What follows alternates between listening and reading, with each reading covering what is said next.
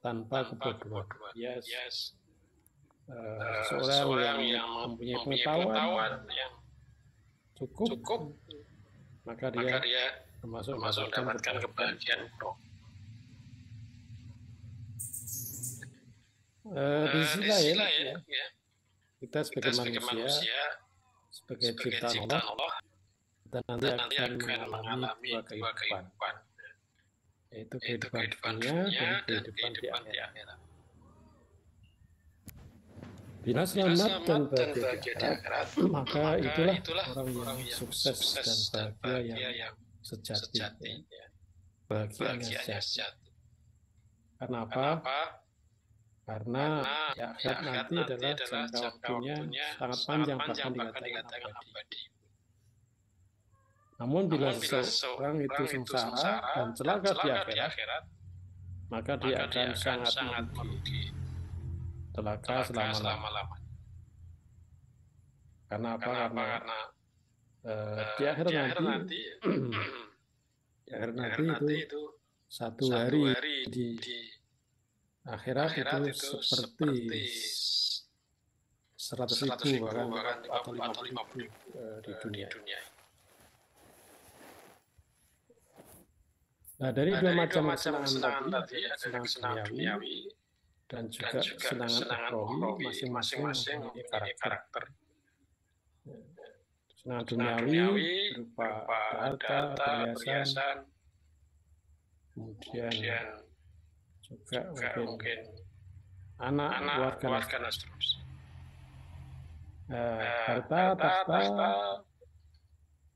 perhiasan itu kan menggiurkan. Termasuk sahabat-sahabat sekalian ini kan banyak luar negeri gitu ya. Ada yang ke Korea, Taiwan, Jepang, atau yang lain itu kan dalam rangka bagaimana mendapatkan harta. Karena harta itu sekali lagi menggiurkan. Bahkan bisa melalaikan. Maka kalau sahabat sekalian, apakah dengan katakanlah ke Korea gitu ya, itu jadi lalai atau tidak ya, sangat tergantung pada bagaimana kita. Tidak sedikit yang datang sampai Korea begitu, kemudian agamanya itu digadaikan. Karena apa? Ya, dalam rangka mendapatkan won, sudah digunakan won. Kadang mungkin ya dibujuk rayu, misalnya suruh minum gitu ya. Di Korea nggak ada Tuhan, ya. Yang ada Tuhannya dari Indonesia. Sekarang minum saja. Ya, mungkin kadang kalau tidak yakinnya kepada Allah kuat ya, bahwa ar-Razzaq itu Allah. Nah, ini mungkin juga bisa tergadaikan. Wah, nanti gimana kalau saya nggak minum, nanti malah dipecat, sudah pulang ke Indonesia, nggak dapat uang. Mungkin kadang timbul kekhawatiran seperti itu. Bagi orang yang yakin dengan janji Allah, tentunya tidak demikian. Karena itu harta, tahta itu terlihat nyata dan mengiurkan. Sehingga kadang sampai melalaikan. Padahal kalau kita lalai, wah Korea, kumpul di Korea gitu ya. Segala cara ditempuh yang mungkin dapatkan uang banyak, termasuk mungkin ibadah pun mungkin nggak diperhatikan ya. Atau mungkin waktunya habis untuk lembur karena mendapatkan uang sebanyak-banyak. Padahal kalau ajal sudah datang dijemput, setiap manusia harus bersiap diri memasuki alam akhirat. Tidak satu pun dari kesenangan dunia yang bisa dibawanya ke akhirat selain amalan-amalan baik. Jadi harta yang sudah kumpulkan banyak tadi itu kalau tidak bisa kita konversi menjadi sangu kita, amal soleh kita tentunya akan menjadi penyesalan. Maka dimanapun berada sudah semestinya jangan sampai tadi tergiur dengan dunia sehingga melalaikan akhirat. Karena kehidupan akhirat itu adalah sangat panjang ya. Dikatakan abadi. Satu hari di akhirat adalah seperti 1000 tahun di dunia ini. Wa inna yawman inda rabbika ka'alfi sanatin mimma ta'udun. Sesungguhnya satu hari di sisi Allah seperti 1000 tahun perhitungan dunia. Jadi bayangkan ya, kalau kita hidup katakanlah 100 tahun, itu berapa jam gitu ya. Padahal kalau seharian 1000 tahun, ya. Ini hanya baru 100 tahun. 100 tahun.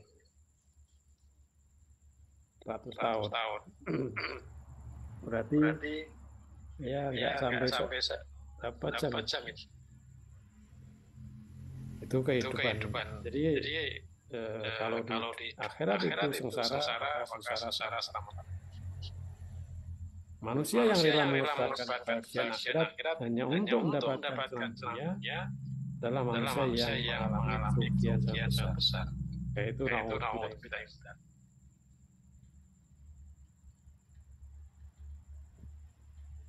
Oleh karena itu, bagaimana kita berbahagia di akhirat? Bagian di akhirat, maka Allah ingatkan dalam surat Al-Qasas ayat 77. Silakan Mas, baca Mas. Yes. Quran surat Al-Qasas surat ke-28 ayat 77. A'udzu billahi minasyaitonir rajim. Wabtaghi fima ataqallahu daral akhirah. Ataqallahu daral akhirah wa la tansa nasibaka minad dunya wa ahsin kama ahsanallahu ilaika wa la tabghil fasada fil ardh innallaha la yuhibbul mufsidin. Dan carilah pahala negeri akhirat dengan apa yang telah dianugerahkan Allah kepadamu. Tetapi janganlah kamu lupakan bahagianmu di dunia dan berbuat baiklah pada orang lain sebagaimana Allah telah berbuat baik kepadamu. Dan janganlah kamu berbuat kerusakan di bumi. Sungguh Allah tidak menyukai orang yang berbuat kerusakan.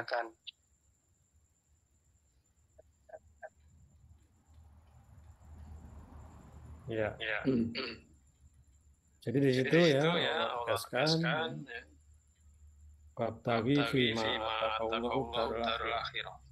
Carilah pada apa yang telah dianugerahkan Allah kepadamu kebahagiaan negeri akhirat. Jadi yang pertama yang dituju adalah bagaimana bahagia di akhirat. Maka orang-orang yang berorientasi akhirat, insya Allah dunianya juga akan terikuti. Maka di situ dunianya bukan buat walatangsa nasibaka minad dunya. Jangan kamu lupakan. Alias apa? Dunia itu ya dengan sendirinya akan kita lewati. Maka di sini yang menjadi penekanan adalah seseorang sudah seharusnya itu tadi orientasinya adalah bagaimana bahagia di akhirat, kehidupan akhirat. Nah, ibaratnya ya seorang petani ya, menanam padi gitu ya, menanam padi. Biasanya kan akan tumbuh rumput, ya. Tumbuh rumput. Tapi kalau menanam rumput, mustahil akan tumbuh padi.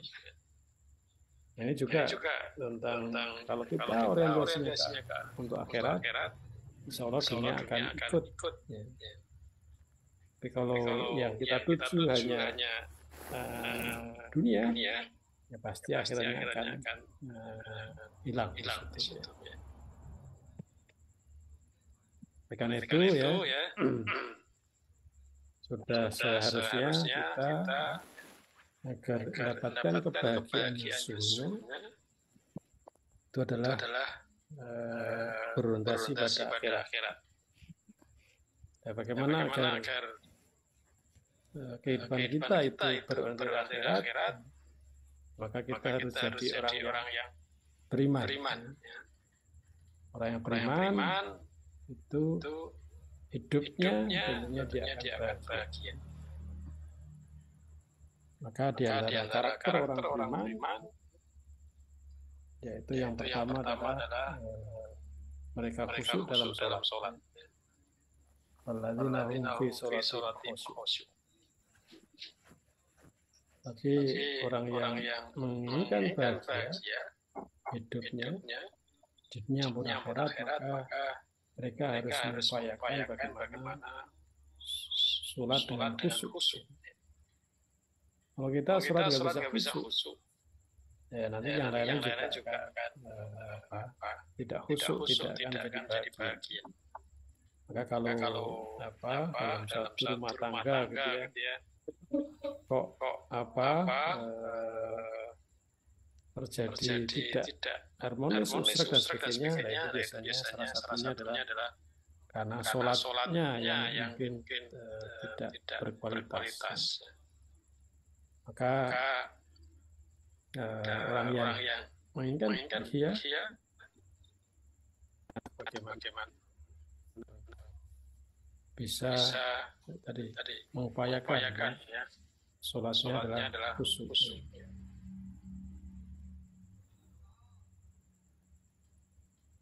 Kemudian yang kedua, dia menunaikan zakat. Walladzina hum lizzakati, yaitu orang yang menunaikan zakat. Bagi orang yang beriman, orang yang mendapatkan kebahagiaan dunia akhirat, maka dia menunaikan zakat. Kemudian menjauhkan diri dari yang sia-sia, lahu. Walladzina hum orang-orang menjauhkan diri dari perbuatan sia-sia. Kita mungkin kadang tidak menyadari telah melakukan perbuatan yang sia-sia, perbuatan lalhu. Maka untuk menghindari hal ini, untuk meminimalisir hari ini, salah satunya adalah bagaimana apa yang kita lakukan itu bernilai amal soleh.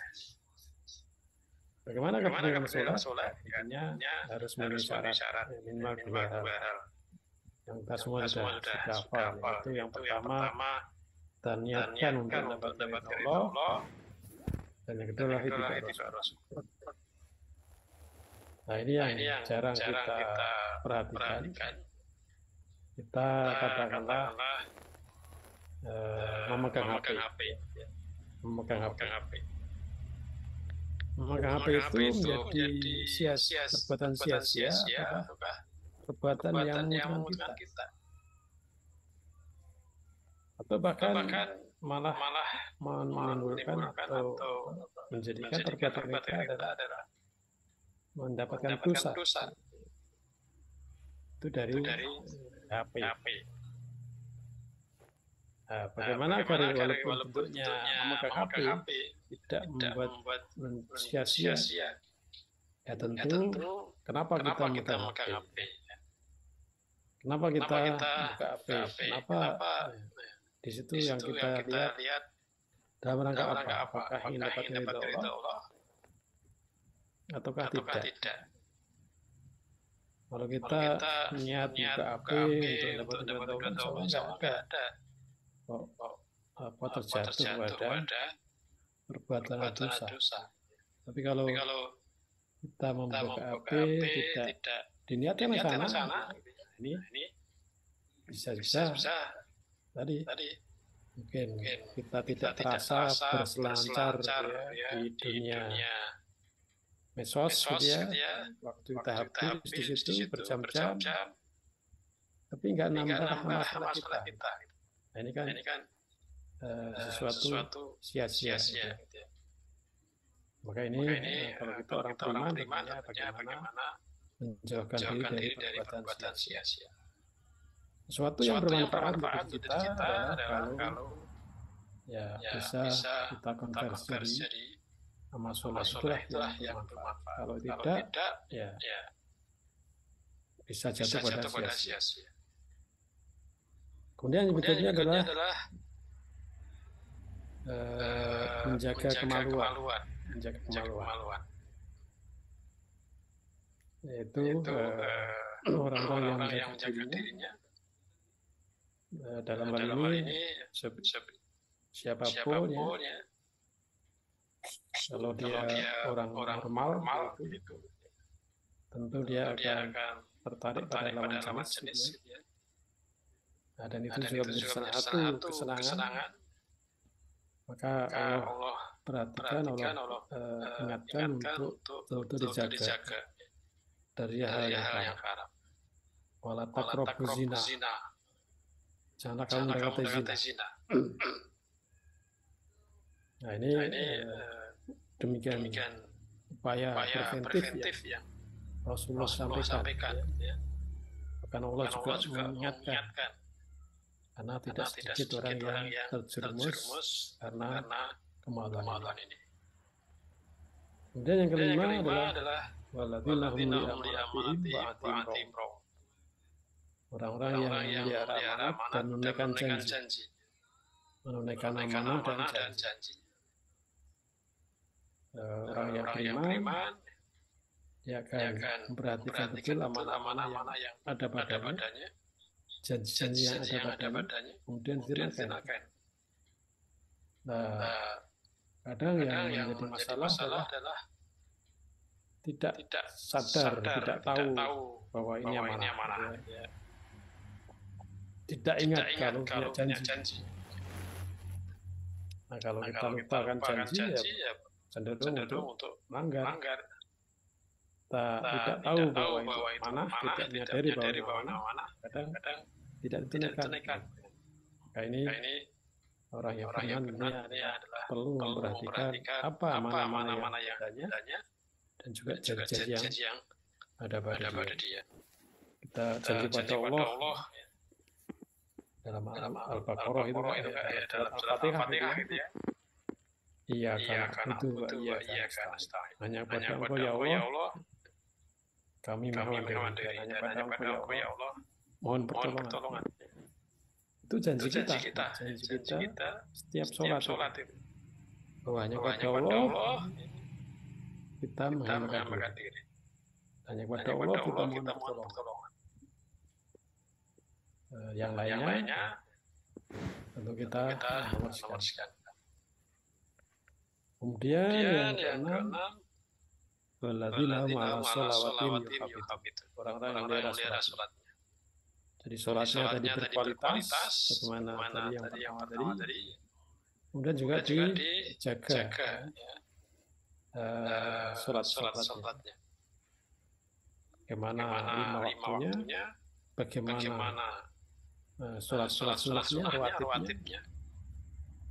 Kenapa orang yang salah satu yang Rasulullah janjikan barang siapa yang sehari semalam itu atau mengerjakan sholat rawatib 12 rakaat maka Allah siapkan rumah di surga. Maka ini dia melihara ini lagi terutama adalah bagaimana kualitas maupun juga kuantitasnya. Maka dengan menunaikan memiliki karakter orang beriman itu, itulah salah satu sarana untuk mendapatkan kebahagiaan di akhirat. Dalam hadis dikatakan bahwa siapa yang hafal dan mengamalkan 10 ayat dari surat Al-Mu'minun, maka dia masuk surga. Itu kan ulaika muwarithun, mereka lah yang orang akan warisi. Apa mewarisi apa? Dari Firdaus, yaitu mewarisi surga Firdaus. Karena itu, saudara sekalian, secara umum yang termasuk orang-orang beruntung adalah orang-orang yang bertaubat dari sesuatu yang diharamkan dan dibenci Allah. Mereka juga beriman dan selalu mengerjakan perbuatan yang disukai Allah. Hakikatnya kalau kita dalam hidup ini untuk bisa tenang, ya tentram, itu salah satunya di situ ya, bahwa yang membuat diri kita itu bahagia itu Allah. Yang tahu persis bagaimana kita agar bahagia ya Allah. Salah satu orang itu bahagia adalah ketenangan dalam hati. Yang memberikan ketenangan dalam hati adalah Allah. Dalam surat Al-Fatihah ayat 4 mesti dibaca, Mas. Ya, Ustaz. Quran surat Al-Fatihah surat ke-48 ayat 4. A'udzu billahi minasy syaithanir rajim. Huwallazi anzala as-sakinata fi qulubil mu'minina liyazdadu imanan ma'a imanihim. Walillahi junudus samawati wal ardh wa kana Allahu aliman hakima. Dialah yang telah menurunkan ketenangan ke dalam hati orang-orang mukmin untuk menambah keimanan atas keimanan mereka yang telah ada. Dan milik Allah bala tentara langit dan bumi. Dan Allah Maha Mengetahui, Maha Bijaksana. Ya. Jadi yang memberikan keterangan, menurunkan keterangan yang bisa menjadikan seorang tenang itu adalah Allah. Walladzi anzala sakinah fi qulubil mu'minin. Orang yang dialah Allah yang menurunkan ketenangan dalam hati orang beriman. Liyazdadu imana ma'a imani, untuk menambah keimanan atas keimanan mereka. Dia orang beriman, kalau dia orang beriman maka dia bahagia. Dia bisa mendatangkan tenangan, dia kan adalah Allah. Maka Allah bidzikrillah tatma'innul qulub. Hanya dengan ingat Allah maka dia akan tenang. Maka kalau kita dalam melakukan sesuatu ya, kita niatkan untuk Allah dan niatkan dapat Allah, tentu kita akan dapatkan tenang. Tentu kita akan mendapatkan bahagia. Sebaliknya kalau melakukan sesuatu mengerti nafsu kita, ego kita, nah biasanya kan kemerungsung atau khawatir gitu ya. Jadi tidak bahagia, tidak tenang. Kalau sekalian untuk saat ini kira-kira kita termasuk yang mana? Kita ingin yang mana? Bahagianya bahagia atau bahagianya tapi saudara di akhirat, atau saudara dunia bahagia di akhirat. Dan yang paling rendah sendiri adalah sengsara dunia, sengsara di akhirat. Maka orang yang ideal tentunya adalah bagaimana kita bahagia dan bahagia di akhirat. Itu akan diperoleh bagi orang yang bertakwa. yang bertakwa, maka dia akan bahagia dunia dan bahagia di akhirat. Kemudian ya, kalau bahagia dunia secara di akhirat mungkin juga banyak yang ditempuh oleh manusia gitu. Jadi apa maksud di sini adalah orang kafir, jelas. Orang kafir itu pasti paling besar ya itu nomor 2. Tapi bisa juga orang kafir itu yang terakhir. Karena ada juga orang kafir selesai dunia dan juga pasti di akhirat. Karena itu sahabat sekalian, lagi yang kebahagiaan yang sesungguhnya adalah kalau kita bisa mengorientasikan hidup kita dalam bentuk akhirat. Bagaimana mengkonversi aktivitas kita ini menjadi amal-amal akhirat, menjadi amal-amal yang amal soleh kita. Yaitu dengan cara bagaimana setiap kita melangkah selalu kita niatkan ditujukan kepada Allah untuk mendapatkan itu. Biar apa yang kita lakukan adalah sesuai dengan syariat agama Islam ini. Insya Allah dengan seperti itu ya, kita akan bisa bahagia di dunia dan bahagia di akhirat. Ya demikian sebagai pengantar mudah-mudahan bermanfaat kita semua. Ya, terima kasih untuk materi pada hari ini. Dan untuk teman-teman yang mau bertanya secara langsung bisa menyalakan mikrofonnya. Ya, untuk waktu masih lumayan panjang ya, masih setengah jam, jadi masih ada kelonggaran waktu untuk bertanya. Silakan.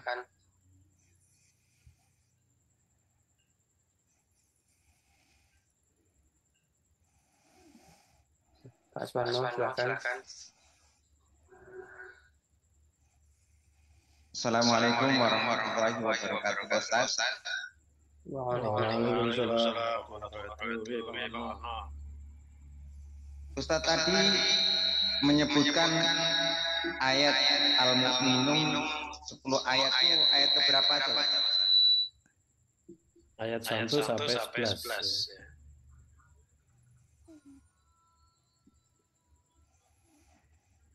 Jadi surat Al-Mu'minun ayat 1 sampai 11. Kemudian yang kedua, Ustaz, ketika kita sholat berjamaah, ketika imam bacaannya sir, itu kita udah selesai membaca, tapi imam belum selesai membaca. Itu apa yang kita lakukan, Ustaz? Baca. Assalamualaikum warahmatullahi wabarakatuh.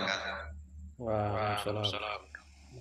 Ya, kalau kita sholat jamaah kebetulan sholatnya adalah sir gitu ya. Kan imam baca sendiri, kita baca sendiri. Nah, mungkin katakanlah bacaan imamnya dibaca daripada bacaan makmumnya. Nah, apa yang dilakukan oleh makmum? Ya, pertama ya berarti kan ya harus nunggu kan. Nunggu. Nah, dalam nunggu itu apakah mau nambah bacaan yang lain ataukah diam? Ya, silakan saja. Jadi ada dua kemungkinan. Oh ini saya sudah baca kata Anas selesai, tapi kok imamnya belum rukuk gitu ya. Nah, bisa saja kita tambah al-falah gitu ya. Dan seterusnya. Atau ya diam. Kita nunggu ya. Kan nggak boleh kita itu dahulu. Jadi ada dua kemungkinan itu. Yang pertama dan kita nambah lagi ya bacaan. Kita baca suratnya, kemudian atau menunggu. Ya menunggu dalam hal ini ya harus dijaga betul bahwa kita sedang menghadap Allah di situ. Kekhusuannya kita jaga di situ. Itu Pak Warno.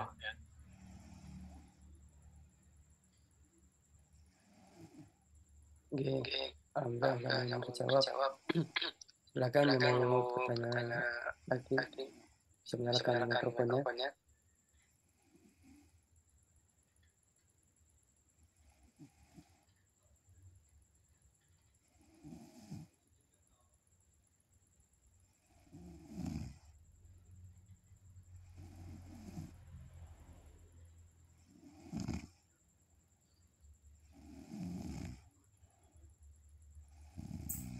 Belum ada yang bertanya.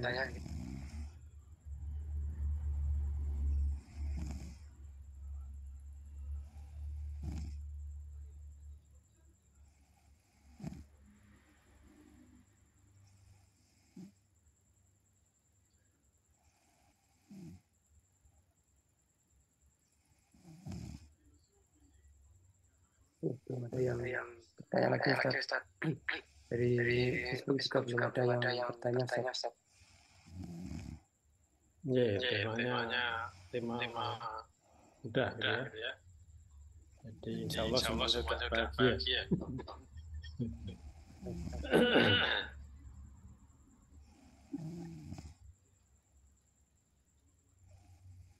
Ya, salah satu tadi yang disinggung di dalam surah Al-Mu'minun tadi ya. Untuk nasionalisme qad aflahal mu'minun alladzina hum fi sholatihim khashi'un.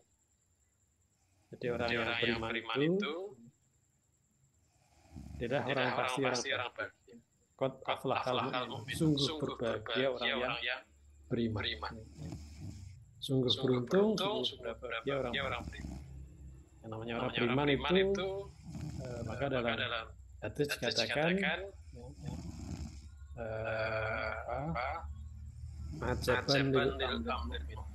ajaban lil amril mu'min.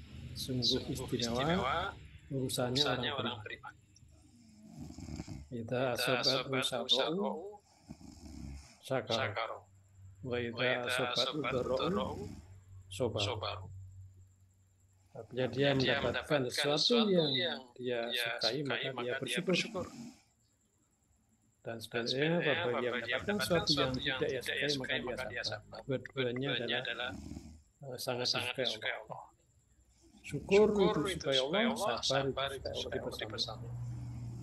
Maka orang yang beriman ya kondisinya harus satu di antara dua itu. Kalau tidak bersyukur ya sabar. Nah, kita kadang tidak dua-duanya. Kita mendapatkan sesuatu nikmat dari Allah, tapi kita nggak syukur gitu ya. Karena tidak mengakui, tidak merasakan bahwa itu nikmat dari Allah. Seolah-olah itu kan karena usaha saya, kerja saya gitu ya. Sehingga itu bukan dari Allah, sehingga tidak disyukuri. Sehat itu kan karena saya olahraga, karena saya makan, tidak menyadari bahwa sehat itu dari Allah, sehingga walaupun diberi kesehatan, kadang tidak mensyukuri kesehatan itu. Dia nikmat yang lain. Orang yang beriman itu dia kondisinya di antara dia syukur dan sabar. Maka kedua tadi adalah alladzina hum fi sholatihim khashi'un. Setiap orang yang ingin dimasukkan orang beriman, tentunya bagaimana sholatnya khusyuk. Nah, untuk sholat khusyuk apa mudah? Tidak mudah. Harus diupayakan. Harus ada kesadaran bahwa sholat khusyuk itu kebutuhan kita. Kita harus menjadikan setiap sholat bagaimana itu khusyuk. Maka harus diupayakan. Jangan sampai kita sholat. Maka agar kita termasuk orang beriman, bagaimana menjaga sholat agar betul-betul sholat jadi khusyuk. Setan itu akan berupaya mengganggu manusia. Ada yang namanya hindab, yaitu spesialis menggoda orang yang sholat. Kalau dia pas azan dia, kalau ada yang azan dia menjauh. Begitu azan selesai maka mendekati. Kemudian setelah iqamah, pas iqamah dikumandangkan, maka dia menjauh. Begitu iqamah selesai mendekati manusia lagi. Kemudian mendekati manusia dengan apa? Mengingatkan hal di luar sholat. Maka tidak sedikit orang yang kenapa tidak mudah untuk khusyuk. Itu memang salah satu perangkap setan. Maka orang beriman harus berupaya bagaimana agar bisa sholat khusyuk. Dan seterusnya dari dalam satu hadis, siapa yang bisa mengamalkan 10 ayat awal dari surat Al-Mu'minun, maka dia masuk surga. Itu sebagai tambahan. Ini ada yang resen, bahkan Mas Rian untuk menyalakan mikrofonnya.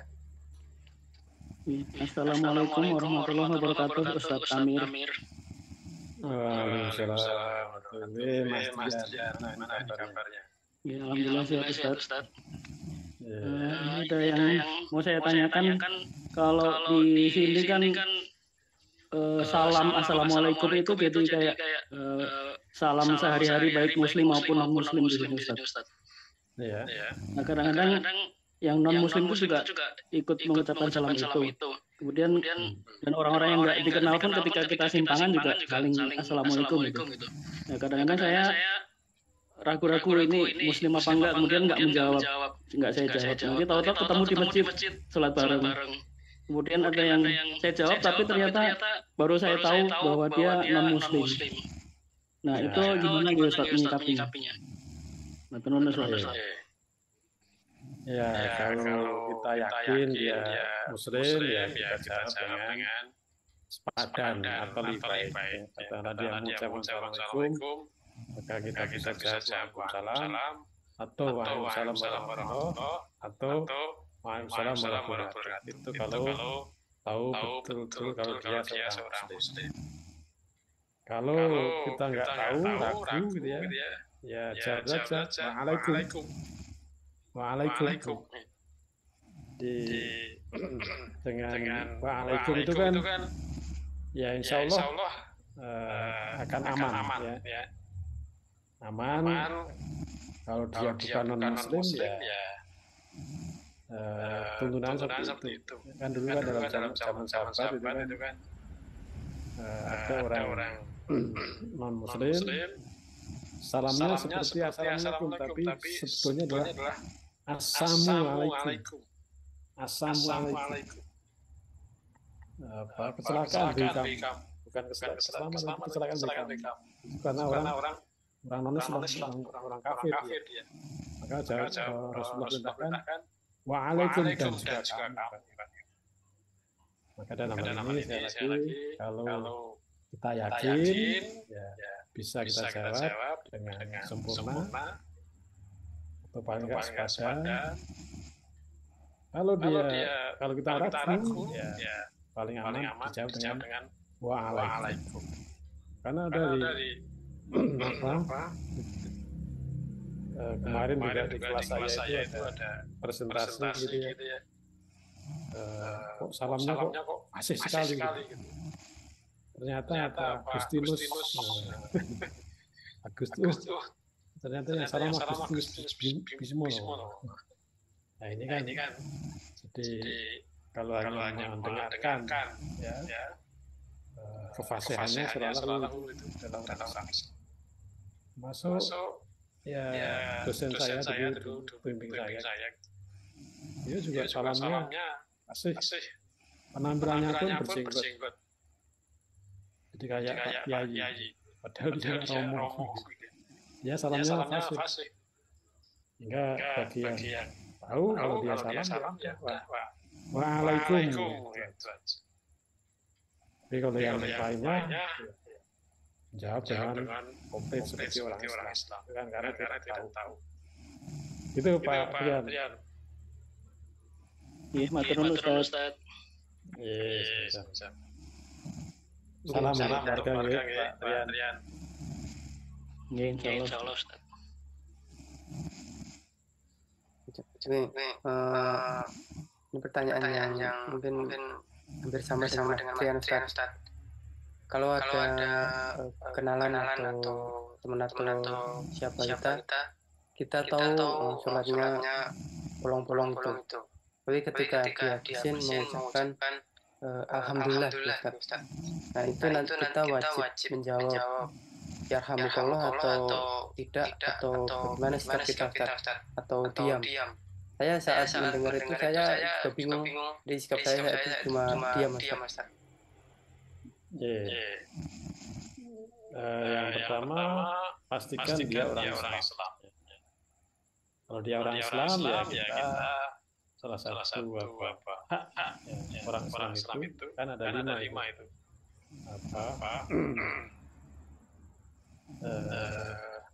Hak orang Islam satu dengan yang lain itu hakul muslimnya al muslimin sittun. Di antaranya kalau dia bersih, kemudian dia mengucapkan alhamdulillah, maka fasamit maka doakanlah.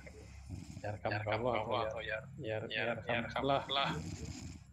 Nah, kalau dia tadi kan sholatnya bolong-bolong. Kalau kita tahu dia pernah sholat, walaupun bolong-bolong tadi, jadi secara lahiriahnya kan dia sholat. Ya bolong-bolongnya itu kan ya urusannya dengan Allah. Maka kalau dia sholat, dia seorang Islam dan sholat, ya maka kita bersusun dia orang Islam. Nah, kalau dia orang Islam maka ya kita hak orang Islam lain adalah kalau dia bersih dan mengucapkan alhamdulillah ya kita doakan. Kecuali kalau kita yakin betul dia bukan orang Islam, dia sudah orang kafir dan mengucapkan itu ya kita doakan. Kalau tahu dia orang Islam, dia sholat walaupun bolong-bolong tadi, ya boleh doakan tadi. Begitu Mas. Kalau untuk menjawab salam yang Assalamualaikum juga dijawab Waalaikumsalam. Ya kalau tadi orang Islam ya, walaupun sholatnya bolong-bolong tadi. Kalau setahun sholatnya 2 kali, tadi sama Ustaz. Saya ada teman Ustaz, ya setahun itu yang saya tahu 2 kali itu sholatnya. Saya juga bingung telepon atau jawabnya Assalamualaikum, saya juga bingung ini waalaikum atau waalaikumsalam gitu. Ya kalau sholatnya hanya pas hari raya saja ya jawab waalaikum.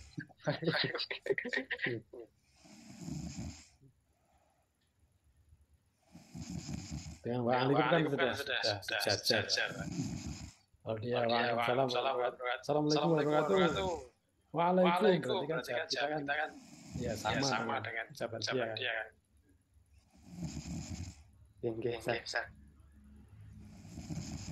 Ini ada pertanyaan dari Facebook Ustaz. Assalamualaikum warahmatullahi wabarakatuh Ustaz. Waalaikumsalam. Izin bertanya tentang sejarah kejayaan Islam di benua biru selama beberapa ratus tahun. Kok bisa lenyap? Apa sebabnya? Terima kasih penjelasan dan tausiahnya Ustaz. Waalaikumsalam. Yang namanya peradaban manusia itu kan sangat tergantung pada manusia itu sendiri. Jadi kalau dari sisi ditinjau dari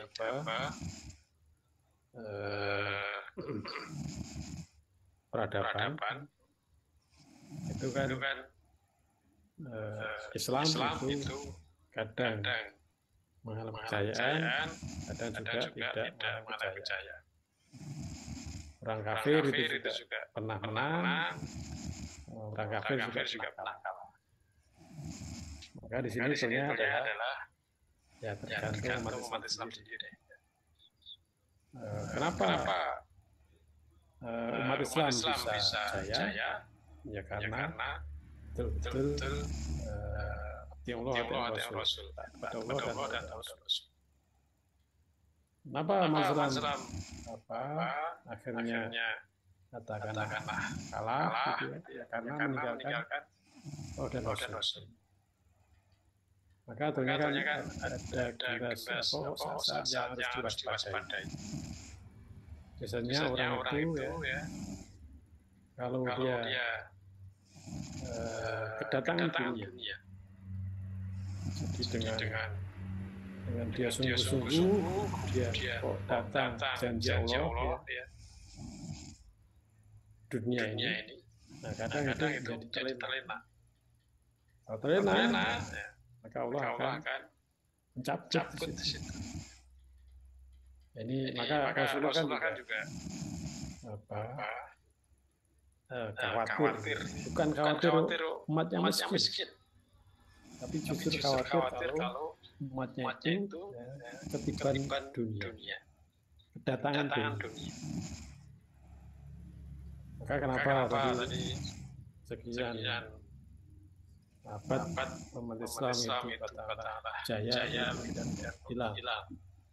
Yang pertama yang jelas karena Islam sendiri yang mabuk dunia.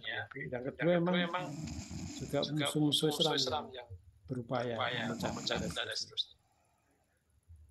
Maka musuh-musuh Islam kan sadar bahwa Islam itu kalau dimusuhi dengan senjata itu kan tidak mudah untuk dikalahkan. Tapi kalau dijauhkan dari agama itu akan dengan sendirinya tidak beragam. Maka kalau program-program yang sifatnya itu hanya hura-hura, mereka senang. Maka banyak mereka fasilitasi. Tapi kalau kegiatan itu adalah bagaimana memahami, mengamalkan agama, nah ini yang mereka waspadai. Maka adalah salah satu statement Raja Inggris, kita tidak akan tenang menjajah Mesir kalau mereka selama mereka dekat dengan Al-Quran. Kalau umat Islam itu dekat dengan Al-Quran, maka tidak akan nyaman menjajah. Maka berbagai upaya untuk bagaimana jauh dari Al-Quran. Kalau umat Islam sudah jauh dari Al-Quran, ya sudah dengan sendirinya, nggak usah oyak-oyak, nggak usah halang-halangan, sudah jauh dari Islam. Nah itu maka sekali lagi ini kenapa bisa lenyap? Ya, karena salah satunya umat Islam sendiri ya yang tadi terlena dengan kehidupan dunia, dia tidak bersyukur, dia jauh dari Islamnya.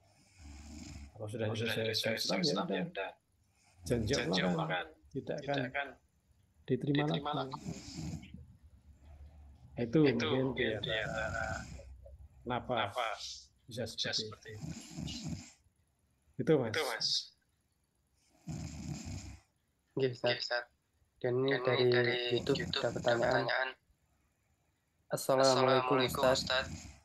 Waalaikumsalam. Tolong jelaskan bekal untuk menjadi orang yang bertakwa dan orang yang beriman. Bekal untuk menjadi orang beriman, orang bertakwa. Bekalnya apa? Untuk jadi orang beriman, ya kita harus beriman. Tahu. Maka tadi kan sebenarnya Allah firmankan tadi dalam surat Al-Baqarah 38 tadi kan, "Faman tabi'al hudaya fala khaufun 'alaihim wa lahum yahzanun." Barang siapa yang mengikuti petunjukku Allah yang Al-Quran, maka dia tidak akan sedih dan tidak akan khawatir. Maka agar kita bisa beriman dan bertakwa ya harus tahu sumber agama Islam itu. Kan orang bertakwa itu orang yang menjalankan perintah Allah dan menjauhi larangan Allah. Bagaimana kita tahu perintah Allah? Bagaimana kita tahu larangan Allah? Ya, kita harus mempelajari sumber Islam itu. Tanpa kita tahu dua hal itu yang diwariskan Rasulullah, ya mustahil kita akan menjadi orang beriman, mustahil kita akan menjadi orang bertakwa. Tadi contohnya dalam bagaimana setiap kita beraktivitas itu agar jadi amal soleh. Kelihatannya hanya dua. Satu diniatkan karena Allah, dan dari Allah dan kita kelihatannya dua itu. Padahal itu sangat kalau di dalam lanjut itu sangat luas sekali. Bagaimana kita akan menuju atau meniatkan bahwa ini akan ridho Allah kalau kita nggak tahu apakah ini diridho Allah atau tidak. Bagaimana kita tahu bahwa itu diridho Allah? Ya dari firman-firman Allah, dari hadis Rasulullah. Contohnya makan. Makan itu kan orang kafir juga makan. Kita juga makan. Bagaimana makan kita jadi amal soleh? Salah satu tadi harus diniatkan karena dapat ridho. Kenapa? Bagaimana kita akan meniatkan diri untuk dapat ridho Allah? Apakah betul ini makan itu ridho? Kenapa kita kok dengan makan ini dapat ridho? Kalau tidak tahu bagaimana fungsi makan, bagaimana kita kehidupan ini, ya Allah, kenapa makan ini supaya dapat ridho-Mu karena dengan makan ini supaya saya sehat, sehat bagaimana saya gunakan beribadah kepada Engkau, untuk berbakti kepada Engkau, karena beribadah adalah perintah. Jadi itu menuntut untuk kita tahu. Yang mendasari kenapa kok itu ini dapat ridho. Maka tanpa mengenal sifat-sifat Allah, tanpa mengenal bagaimana perintah Allah, bagaimana larangan Allah, ya enggak mungkin kita akan bisa bertahan. Yang namanya gaib itu adalah yang diberitakan oleh Allah. Nabi pun tidak tahu kecuali karena diberitakan Allah. Nah, kita untuk bisa beriman, maka ya apa saja yang harus kita imani, yaitu adalah menurut yang Allah jelaskan. Maka ini bekal untuk jadi orang beriman, bekal untuk jadi orang beriman adalah kita harus mengetahui,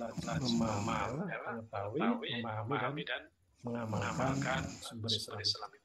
Taraktufikum amr ini lantadillu ma'asabdima kita bawa wasunatan.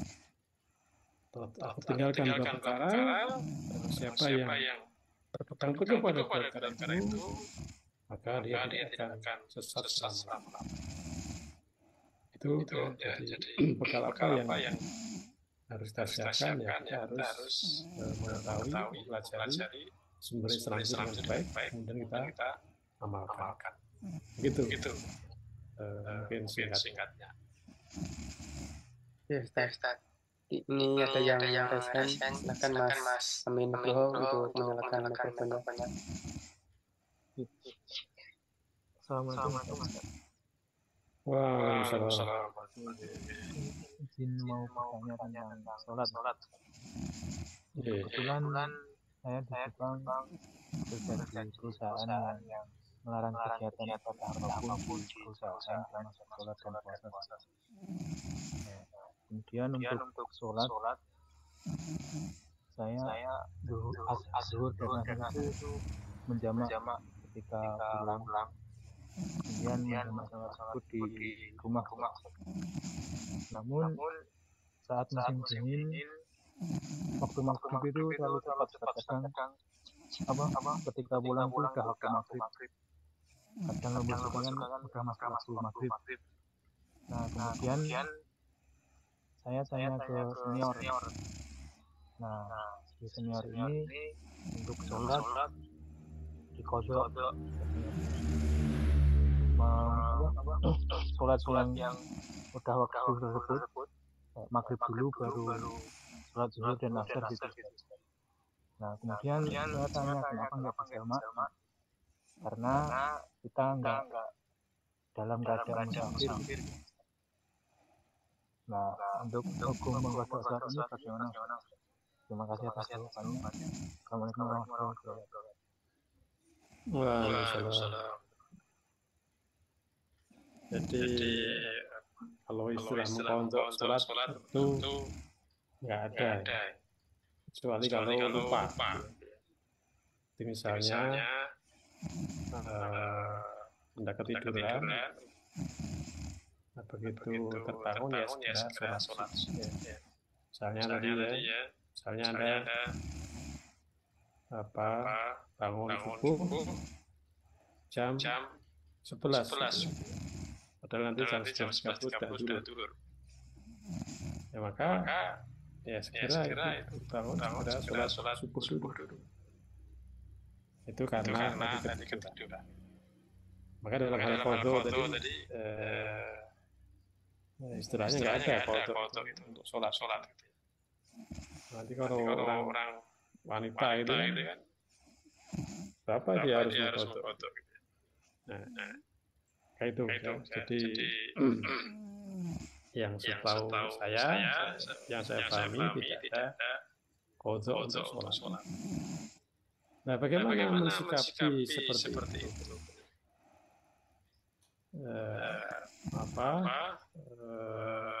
Pabrik perusahaan melarang ibadah apapun.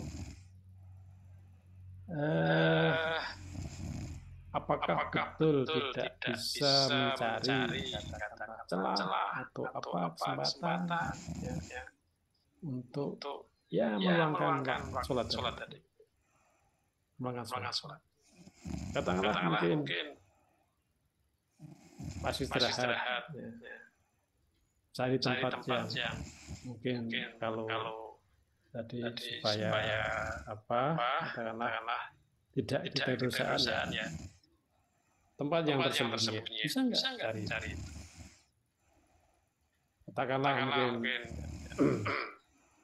tempat yang di situ kita masuk ke situ, kemudian bisa muter ke kiri. Orang lain kan nggak tahu. Sehingga kita di situ sholat. Itu yang paling paling susahnya. Maupun kalau kita berupaya, yakin, insya Allah ada jalan. Tapi kalau sudah tahu takutnya yang kita itu adalah manusia, ya tidak akan ketemu. Biasanya kita kan menyerah, kondisio. Maka kalau melihat kok sampai nggak bisa sholat. Ya istilahnya kalau dalam agama ya jangan kerja di situ. Tapi itu adalah alternatif. Jadi insya Allah kalau kita mau, selama kita mau, kita berusaha ada jalan. Untuk sholat tadi, kalau pas musim panas itu kan maghribnya kan sore ya, malam gitu ya. Sehingga mungkin bahkan sholat asar pun itu masih bisa dikerjakan di rumah gitu ya, atau tempat kos gitu ya, tempat kontrakan. Kalau musim dingin kan mungkin baru jam 3 sudah maghrib gitu. Sehingga belum pulang. Nah, ini makanya pertama musim dingin bisa nggak mencari tempat ya istilahnya tempat delik gitu ya.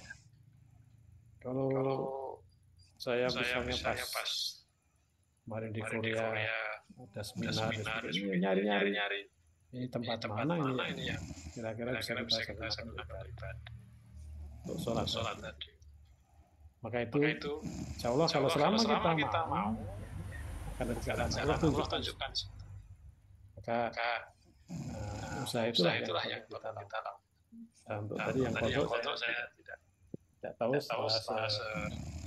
kodok sholat itu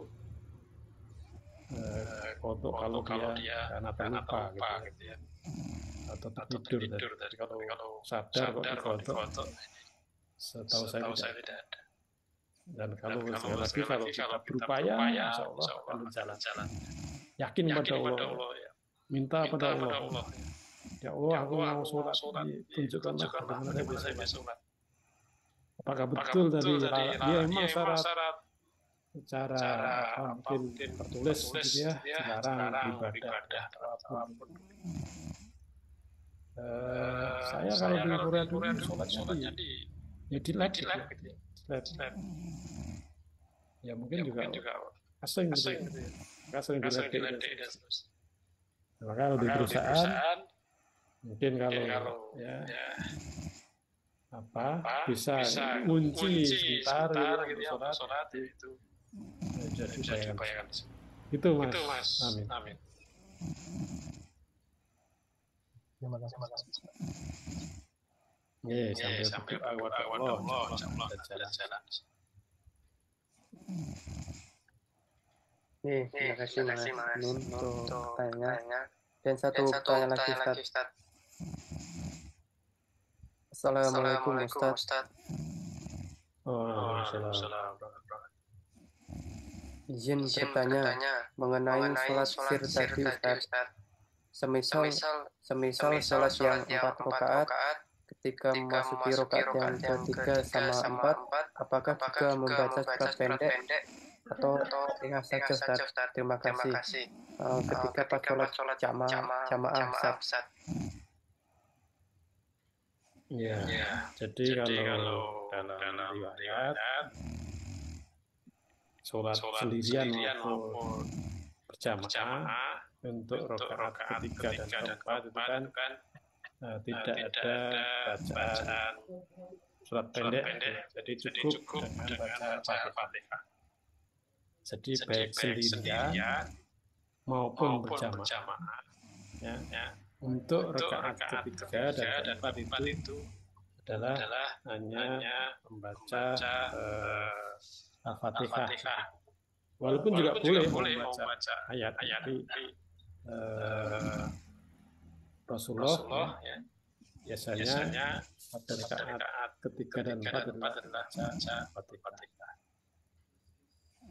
Sehingga ketika masuk rakaat ketiga dan keempat, ya cukup baca Al-Fatihah.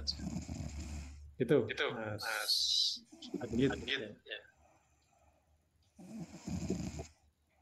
Itu pertanyaan sampaikan semua Ustaz. Ya, alhamdulillah. Sahabat sekalian, jadi hakikat hidup, hakikat kebahagiaan saja di akhirat. Dan untuk bisa bahagia akhirat, kita adalah bagaimana menjadi orang yang bertakwa. Maka mari selalu kita upayakan agar diri kita menjadi orang bertakwa. Orang bertakwa tentunya adalah orang beriman. Bisa bertakwa tentunya dengan beberapa karakter orang beriman kita miliki, ya. Kemudian yang salah satu yang pokok adalah yang kepada Tuhan. Bagaimana kita itu bisa berhasil akhirat jadi amal soleh. Itu jadi amal soleh. Waktu yang kita miliki, kita laksanakan menjadi amal soleh, minimal memenuhi 2 syarat. Satu, hendaknya kita niatkan dalam kita bahwa apa yang kita lakukan itu hanya untuk mendapatkan itu. Yang kedua, bagaimana yang kita laksanakan dalam koridor, dalam rambu, dalam tuntunan Rasulullah. Jadi tidak menyalahi agama. Maka yang menjadi kunci pokok adalah ini dalam hati kita bahwa apa yang kita lakukan untuk Allah ini yang mungkin tidak mudah. Harus selalu kita upayakan. Mudah-mudahan dengan demikian, kalau apa yang kita lakukan itu dalam Allah, sehingga jadi masalah kita, mudah-mudahan kita akan menjadi orang yang bertakwa dan mendapatkan janji Allah bahagia di dunia dan di akhirat. Demikian, maaf. Assalamualaikum warahmatullahi wabarakatuh. Waalaikumsalam warahmatullahi wabarakatuh. Oke, terima kasih Ustaz Rusli untuk materinya pada malam hari ini, dan juga buat saudara-saudara semuanya yang ada di Zoom, Facebook maupun YouTube. Tetap istiqomah dalam belajar. Dan dari saya dan juga teman-teman yang di balik layar, kurang-kurangnya kami minta maaf. Kami akhiri. Assalamualaikum warahmatullahi wabarakatuh. Waalaikumsalam.